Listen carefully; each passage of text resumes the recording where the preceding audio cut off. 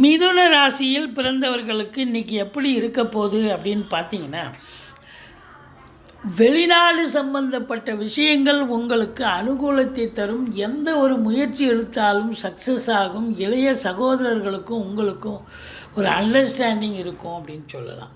வண்டி வாகனங்கள் செலவு வைக்கும். தாய்க்கு தேக ஆரோக்கியத்தில் அக்கறை தேவை. 2ஆம் இடத்து அதிபதி 7இல் சந்திரன் சுக்கிரன் சாரம் பெறுவதால் இந்த மிதுன ராசியில் பிறந்தவர்களுக்கு இன்றைக்கி பொருளாதாரம் ரொம்ப பலமாக கேட்குற இடத்துல கடன் கிடைக்கும். கொடுக்கல் வாங்கல் சிறப்பாக செய்யலாம்.